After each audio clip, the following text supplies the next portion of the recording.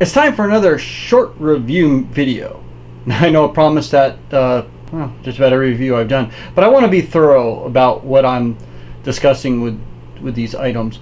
So, if you've seen a couple of videos back, for VBS this year at church, we had a camping woodsy theme, and there was a talking moose puppet. Well, when they were doing the planning, they wanted that, some kind of moose head that either came in through a window, or I came up with the idea, well, what about a stuffed talking moose puppet? There was a lot of different ways you can go with that as far as themes and working those into salvation, forgiveness, and all that other stuff. So I tried to design a puppet, and the more I looked at it, getting different ideas, the more complicated this puppet was going to be, which I was kind of getting into that. I wanted to try and do that. And then I stumbled across, and looking for ideas, across a site going through Amazon, and I came across a gal named Mary who makes stuffed animal heads to be mounted on walls, you know, like game heads. And I said, that's what I'm looking for. So I went online, or I got her contact information, and I started to discuss with her about different aspects of how she created them, and if it would translate well into converting them to puppet. And I've done that before, taking stuffed animals and converting them to puppets. It's depending on how the puppet is made, it can be relatively easy. Some of them not so easy. So after discussing, going back and forth in emails for her, I determined that her design of Leon, meet Leon by the way, would translate great into a puppet. So I went ahead and purchased Leon from her, and had her send it to me, and then I started the construction phase. Now, first off, let me just say I'm going to touch on both aspects: her work and what I did to it. So let's start with what I did to it first. Or actually, no, let's discuss her work. This stuff is awesome. Now, when people make stuffed animals like this, and these are made in the United States, she hand makes them, and contact her if you want anything special done. She does really, really awesome work. I can't recommend these highly enough. These are really quality built stuffed animals and wall mounts. Now, I know they don't look like the real thing, but they're not designed to. It's supposed to kind of be like a humorous thing. But her craftsmanship is awesome. The stitching in this is well done, and the attention to detail is incredible. Now, I know on some of the smaller ones, I don't think it has that much detail done to it, and I know on the larger ones it gets even more detail. But the nostrils on it, and let's see if I can bring it in there and show you. But you can actually stick your finger all the way back in there. The nostrils on it are that well formed. The jaw mechanism, or the jaw, how she does it is she sews the jaw in and there's actually a wire loop that comes around here, and then it's put into here, so you can, and then sewn in that. The wire loop allows you to bend it up and down to make give different facial expressions.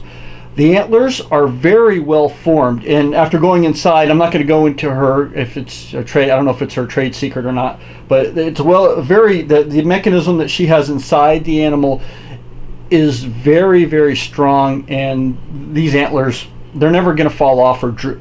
That's that well constructed.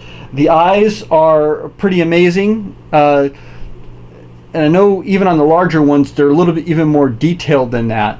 The ears, there's so much personality in the ears. I wish I could have articulated the ears too. If I imagine I could have if I would have spent the time a little bit. But the ears are, I mean, this whole thing is just amazing. I won't go too much into the specs, but I will leave a link down below to where you can pick up this. She has several. She has got bears, deer, the moose, I believe a skunk, and some other ones, all in different sizes. So you're not just stuck with Leon. There's one larger than Leon, and that one would have been really gorgeous to have, but I had a limited budget. but I can't speak highly enough of what she's done to this. I mean, the research and development that's gone into, that she had to have done to go into this, are just, it's extraordinary. And the costs are very affordable. I say that being cheap that I am. Leon itself was $130. That was what the Amazon price was. And for something like this, that is extremely affordable. Now, I think the next size up gets into the $200+ range. I might be mistaken there. But these things are worth it. I mean, these will hang on your wall forever. And on top of getting the stuffed animal, she actually sent care instructions with Leon, and she signed it and everything. So, I mean, she gave some fun facts. Thank you for ordering. Yeah, she also has a, you can see the ram, the ram, the goat, and the buffalo. And yeah, it's just her work is just amazing. It's called Fairgame Wildlife, and yeah, that's all I can say. It's awesome. So take a look at Amazon, or even go to her website is fairgamewildlife.com. Take a look at what she has to offer. She does do custom, like I said, she does do custom work, and it is just amazing. Now let's get to what I did to Leon to turn him into a puppet. So the first thing I did was I took this all the stitching from his jaw, and I removed his lower jaw. That's all it took, was just stitching. The jaw came right off. Now the wires are still left in there because I wanted them sort of to be a base. And then you probably can't, I know you're not going to be able to see it, but I took some hinges that you can get at any hobby part store that sells RC airplanes, and I glued them. I also took some balsa and put balsa on the sides of his jaw here and here, and it's covered, of course, and painted. And I hot glued that in place, and then I hot glued the hinges into, I drilled holes into the balsa, and then I hot glued the hinges into the balsa, and then I also, on the opposite side of the hinge, I did the same thing with balsa, and then there was 2 holes underneath on both sides of his upper jaw there, and I let's see if I can. Well, you can't really see it there. The fur is really awesome, so it covers it all up. And then I hot glued both of those balsa things into the upper part of his jaw, and that gave the hinging mechanism to his jaw, so his jaw would move up and down. And then I took a popsicle stick and glued it underneath the pallet. You can't see it there because it's underneath the pallet. And then I screwed a servo hinge. Once again, you get those at RC stores, and they're basically little tabs that come off of a control surface for an RC airplane, and you can adjust them by moving it up and down. There's several little holes on it, and it's kind of triangular shaped. You can kind of get a sort of a look there. Let me see if I can. Yeah, with there. And then so I attached that in there. You can't really see it that well, but and then what I did was I took a piece of piano wire and I ran it, I put it through one of those little holes, and I ran it up through, and there's a little fiberglass, you really can't see it there either, it kind of blends in really well, a little fiberglass rod that goes through him this direction.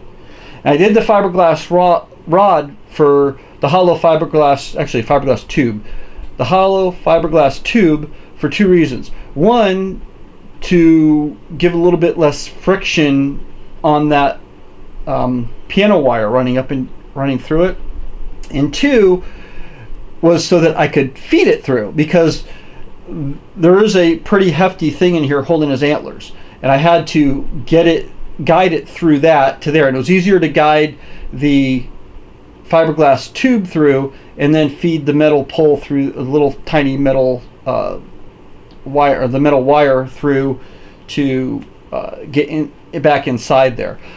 Now on the back side of him, I took all the staples out that were holding to the back plate, took all the innards out, and there was just a ton of filling, and it's a really it's packed. I don't know how she does it, but she packs this thing so tight with stuffing that when I pulled this off, the stuffing just fell right out. It was under so much pressure. But that's done so that it actually, when it's being held up like this, Leon doesn't sag. Now, when I went to put him back together after getting all the innards taken care of, I tried to put that polyfill back in, and I ran into an issue where I couldn't get my hand in there to work the mechanism. So I had to run out and get this green polyfoam. And the top polyfoam is a 5-inch thick, one-piece of polyfoam that I carved out to get my hand through. The bottom piece is a 2-inch piece of polyfoam that I formed and made it like this, because this bottom right here doesn't do as much to support the puppet as the top, and the top is actually crammed in there. I mean, there's a lot of foam crammed in there, and I had to carve it out to get my hand in there. And then you can look in there and you can see that piece of wood. And what I did is, after I got this back plate off and took all the stuffing out, and I got to look inside and see how she formed the rest of it, I cut a piece of plywood, about 3/4 inch, no, half-inch piece of plywood, and I cut it to form the base of the round part of where his neck comes into his head. And then that was glued to her backing plate with hot glue. Then I cut another piece of plywood, and you can see it right there, and that formed where my hand sits on top. Now, the mechanism that I used was just a simple trigger. So that wire that I talked about right here comes back and comes into a trigger device, and I'll see if I can't make it a little bit more visible for you back there. So, and well, I'll take the bottom out, and that'll give you a little bit more view of the inside. So that's the bottom piece there. That's a 2-inch piece of polyfoam that I got at a local craft store.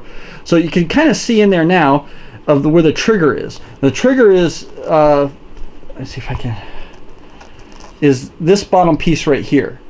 So, and I actually took a dowel and ran, and that's what this trigger runs on, or rests on top of that dowel. And then there's a spring to help push the mechanism back forward so that the jaw closes. So when you pull it, the jaw opens. So you pull it, the jaw opens, and when you release it, the jaw will then close, just like that. So, and that's the basic mechanism that I use. Now it kind of sticks, and I'm just noticing it sticks a little bit right there, and that's normal for what is in there. To get that to loosen up a bit, I just use a little bit of paste wax, because it's all wood in there. So the paste wax helps to lubricate it and helps the wood to move on itself really well.